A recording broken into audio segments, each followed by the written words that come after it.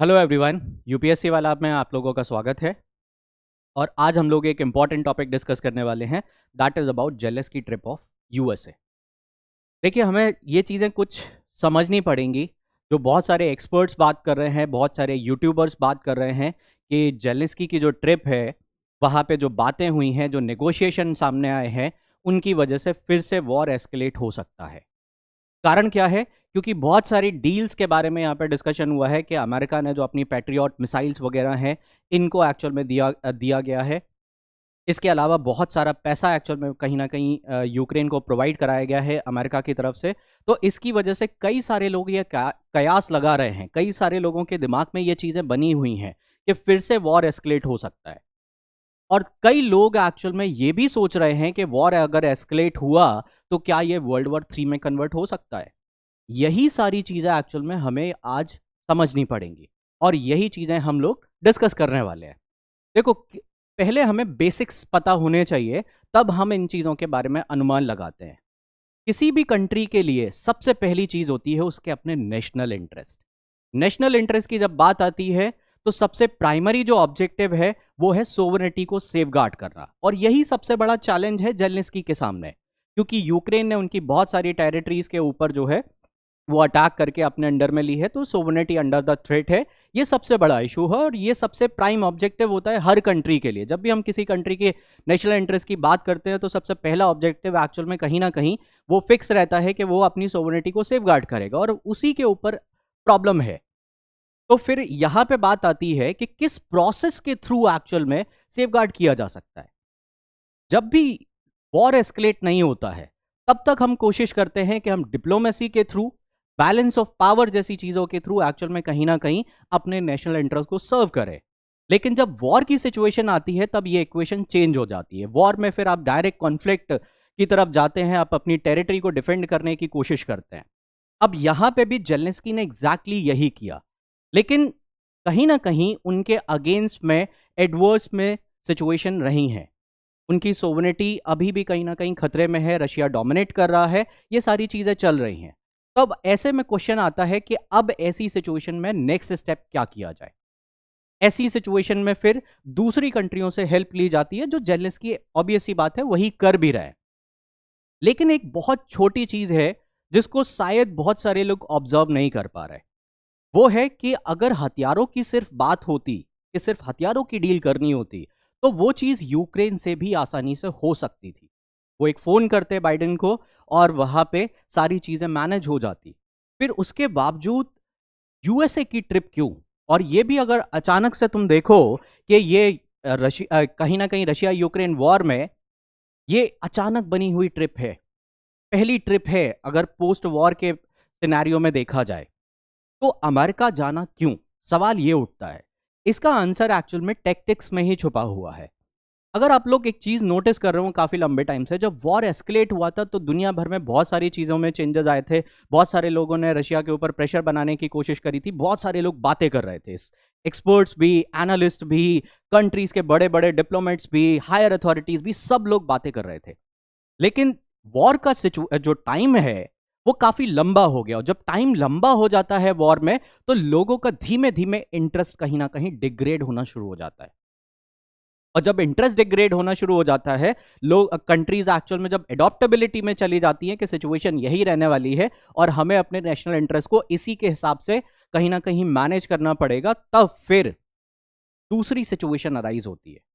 और यहां पे कहीं ना कहीं जेलेंस्की के साथ यही चीज क्रिएट हो रही है कि एक लंबा पीरियड गुजर जाने की वजह से वो सेंटर ऑफ अट्रैक्शन जो रशिया यूक्रेन वॉर था, वो कहीं ना कहीं मिस हो रहा है। और इसी वजह से ये ट्रिप बनी है। यानी कि इसका जो मेन ऑब्जेक्टिव था, वो एक्चुअल में कहीं ना कहीं एक प्रोपोगेंडा। जब हम लोग नेशनल इंटरेस्ट की बात करते हैं, तो नेशनल इंटरेस्ट में एक कहीं ना कहीं एक स्ट्रैटेजी होती है कि आप अपने कंट्री के इंटरेस्ट को कैसे सर्व करेंगे। तो उसका एक बहुत अच्छा ऑब्जेक्टिव होता है, बहुत अच्छा तरीका होता है, वो तरीका है प्रोपोगेंडा।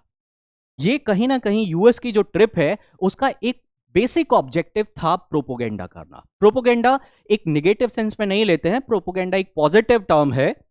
जैसे कि यहां पे आए, अमेरिका को चूज क्यों किया गया? किसी और कंट्री को भी चूज कर सकते थे, जर्मनी जा सकते थे, फ्रांस जा सकते थे, और भी कई कंट्रीज हैं वहां पे जा सकते थे। अमेरिका को क्यों चूज किया गया? क्योंकि अमेरिका एक सुपर पावर है और सुपर पावर की तरफ दुनिया भर की नजरें रहती हैं। तो यहां पे यूएस आने की वजह से सेंटर ऑफ अट्रैक्शन जो कहीं ना कहीं लूज हो रहा था, वो सेंटर ऑफ अट्रैक्शन वापस बन रहा है। ये प्राइमरी ऑब्जेक्टिव था कहीं ना कहीं जेलेंस्की का, और वो काफी हद तक इसमें सक्सेसफुल भी हुए कि इसकी वजह से जो जियोपॉलिटिक्स के ऊपर असर पड़ेगा कि फिर से वापस से कंट्री जो है वो इंटरनेशनल इंस्टीट्यूशन में रशिया के ऊपर प्रेशर बनाने की कोशिश करेंगी, डिफरेंट डिफरेंट ऑर्गेनाइजेशन से उसको बायकॉट करने की बात होगी। ये सारी चीजें फिर से होना शुरू होंगी अगर ये सक्सेसफुल रहा तो।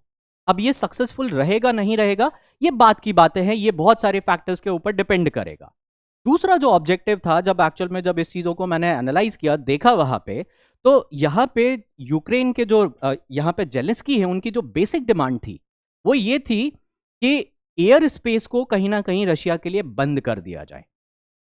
अगर ऐसा होता तो इसकी वजह से बहुत सारी समस्याएं खड़ी हो जाती और इनफैक्ट अमेरिका अमेरिका की तरफ से जो नेगोशिएशन हुआ उसमें साफ साफ ये चीजें निकल के आई हैं कि अमेरिका ने इस चीज के लिए मना किया कि अगर हम इसको कर देंगे तो वर्ल्ड वॉर 3 होने की प्रोबेबिलिटी बहुत ज्यादा बढ़ जाएगी। यानी कि अमेरिका भी नहीं चाहता है कि ये वॉर एस्केलेट हो, वॉर एस्केलेशन वो भी नहीं चाहता है और वो भी इंडल्ज नहीं होना चाहता इस चीज में। तो उसने इस डिमांड को कहीं ना कहीं मना किया, लेकिन उसके बदले में कंपनसेट किया गया हथियारों से, कि जो कहीं ना कहीं यूक्रेन की जो डिमांड थी यहां पे हथियारों को लेके, वो डिमांड पूरी करी गई। पैट्रियट मिसाइल सिस्टम एक आधुनिक मिसाइल सिस्टम है, ठीक है, अमेरिका का एक, कहीं ना कहीं देखा जाए ऑलरेडी टाइम टेस्टेड सिस्टम है वो, और उसकी जो कैपेसिटी है वो भी काफी अच्छी है। तो ये काफी यूजफुल वेपन एक्चुअल में कहीं ना कहीं यूक्रेन के लिए हो सकता है। दूसरी जो चीज है जो नोटिस करने वाली है वो है एक्चुअल में कहीं ना कहीं कि रशिया के बारे में ये ब्लेम किया जाता है कि वो यूक्रेन के एनर्जी सेक्टर को तबाह करता जा रहा है और बहुत सारे सिटीजन्स वहां पे मारे जा रहे हैं। तो ऐसे में सिटीजन सेंट्रिक जो कहीं ना कहीं चीजें हैं, उनकी वेलनेस के लिए जो चीजें हैं, उनकी डिमांड वहां पे रखी गई है। तो ये दो बेसिक ऑब्जेक्टिव यहां पे पूरे करे गए। यहां पे यूक्रेन की जो डिमांड थी वो उनको फुलफिल किया गया। अब ये तो बेसिक चीजें हो गई। जैसे मैंने यूक्रेन के प्रोस्पेक्टिव से आपको बता दिया कि यूक्रेन का जो असली ऑब्जेक्टिव था वो कहीं ना कहीं फिर से रशिया यूक्रेन वॉर को इंटरनेशनल लेवल पे हाईलाइट करना था। जो वो चार्म खो रहा था उस चार्म को रीस्टैब्लिश करना था। अब दूसरा प्रोस्पेक्टिव देखना पड़ेगा। दूसरा प्रोस्पेक्टिव है यूएस की तरफ से। यूएस एक्चुअल में क्यों सपोर्ट कर रहा है, उसके बेसिक एलिमेंट्स क्या है, क्यों एक्चुअल में इतना ज्यादा वो प्रोपोगेंडा करने का मौका दे रहा है, जबकि उसके खुद के बयान ये कह रहे हैं कि वो वर्ल्ड वॉर 3 नहीं चाहता, फिर उसके बावजूद हथियार दे रहे हैं। और हथियार देना किसी कंट्री के लिए बहुत खतरनाक चीज है। जैसे हम जब भी डिस्कशन होता है कि अगर किसी कंट्री को हथियार दिए गए तो उसकी वजह से सिक्योरिटी डिलेमा क्रिएट हो जाता है, और सिक्योरिटी डिलेमा फर्दर इंटेंसिफाई कर सकता है वॉर को। तो क्या एक तरफ यूएस ये दिखावा कर रहा है कि वर्ल्ड वॉर 3 नहीं कराना चाहते और दूसरी तरफ हथियार देके वॉर को इंटेंसिफाई करना चाह रहा है? आखिर यूएस के मन में चल क्या रहा है, यूएस करना क्या चाह रहा है एग्जैक्टली? यूएस की प्लानिंग अगर देखा जाए वो बहुत पहले से ही क्लियर है। इनफैक्ट जब कोल्ड वॉर चल रहा था तभी से उसकी प्लानिंग, ये चीज क्लियर है कि जो वेस्टर्न आइडियोलॉजी है उसको किसी तरीके से एलिमिनेट करना, जो कि 1991 में ये डिक्लेयर किया गया था कि एक्चुअल में जो सोशलिज्म है उसका एंड फेज आ चुका है। बट 2000 के बाद जब से व्लादिमीर पुतिन की एंट्री हुई है, वो सोशियोलॉजी फिर से कहीं ना कहीं सोशियोलॉजिकल आइडियोलॉजी जो है वो फिर से मोमेंटम उसने गेन किया। तो पहली चीज तो आइडियोलॉजिकल, दूसरा चीज कि यूएस एक्चुअल में कहीं ना कहीं अपनी जो इन्फ्लुएंस है उसको बढ़ाए रखना चाहता है, और चाहता है, एक बेसिक चीज है वहां पे कि कहीं ना कहीं वो रशिया के करीब, जितने ज्यादा करीब हो उतने ज्यादा करीब रहना चाहता है। जैसे अपने आप पे चाणक्य का एक बहुत अच्छा कथन है कि अगर दुश्मन को अगर कहीं ना कहीं आपको जीतना है तो आपको दुश्मन के करीब रहना चाहिए।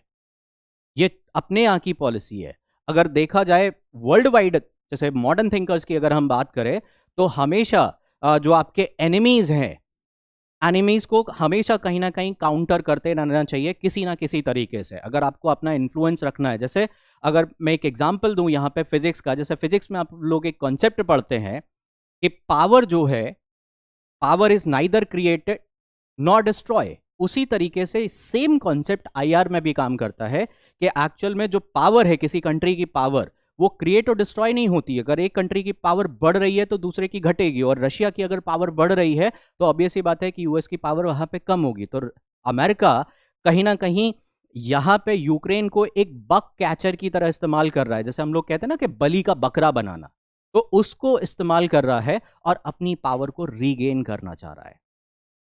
ये बेसिक स्ट्रैटेजी है यूएस की, और ये पुरानी है, सभी लोग इस चीज के बारे में जानते हैं। अब सवाल यह है कि इसका वर्ल्ड के ऊपर क्या इफेक्ट होगा, इसका कहीं ना कहीं इफेक्ट, इंप्लीकेशंस वर्ल्ड के ऊपर क्या जाएगा, और वॉर में क्या सिचुएशन चली है वर्ल्ड वाइड। अगर हम बात करें वर्ल्ड में इंप्लीकेशंस अगर देखा जाए, पहली चीज इकोनॉमी पे डायरेक्ट इफेक्ट होता है। जब भी वॉर एस्केलेट होता है या वॉर जैसी सिचुएशन बनती है, हमेशा सबसे पहले जो इफेक्ट होती है वो इकोनॉमी होती है। और ये चीजें सामने दिखनी भी शुरू हो गई कि कोविड और उसके बाद वॉर ने रिसेशन जैसी सिचुएशन क्रिएट कर दी। अगर फिर से कहीं ना कहीं वॉर जैसी सिचुएशन और एस्केलेट होती है, इंटेंसिफाई होती है, तो इकोनॉमी को ये बहुत ज्यादा हैम्पर करेगा, पहली चीज। दूसरी चीज कि कई लोग इसमें जो एक्सपोर्ट इंडस्ट्री है वो कहीं ना कहीं प्रॉफिट मेकिंग में काम करना शुरू कर देंगे। जैसे ऑयल कंट्रीज स्पेसिफिकली अगर बात करी जाए, तो यहाँ पे क्योंकि रशिया यूक्रेन वॉर की वजह से ऑयल की डिमांड बढ़ेगी, और डिमांड बढ़ेगी तो ऑब्वियस सी बात है कि उससे कहीं ना कहीं कई सारी कंट्री बेनिफिट उठाएंगी। तो ये डेवलपिंग कंट्रीज के लिए अच्छा कहीं ना कहीं है नहीं सिचुएशन। और ऊपर से अभी कोविड के फिर से सिम्टम्स देखने शुरू हो गए हैं, मीडिया में बात हो रही है कि कोविड फिर से आ रहा है। तो ये वर्ल्ड पॉलिटिक्स के लिए या वर्ल्ड वाइड के वर्ल्ड की पब्लिक के लिए अच्छी चीज नहीं है। तो एक दूसरा इफेक्ट यहां पे ये देखने मिलेगा। तीसरा कि इसकी वजह से कहीं ना कहीं जो नॉन स्टेट एक्टर्स हैं, लाइक टेररिस्ट जैसे एक्टर्स, वो इसका कहीं ना कहीं बेनिफिट उठाएंगे।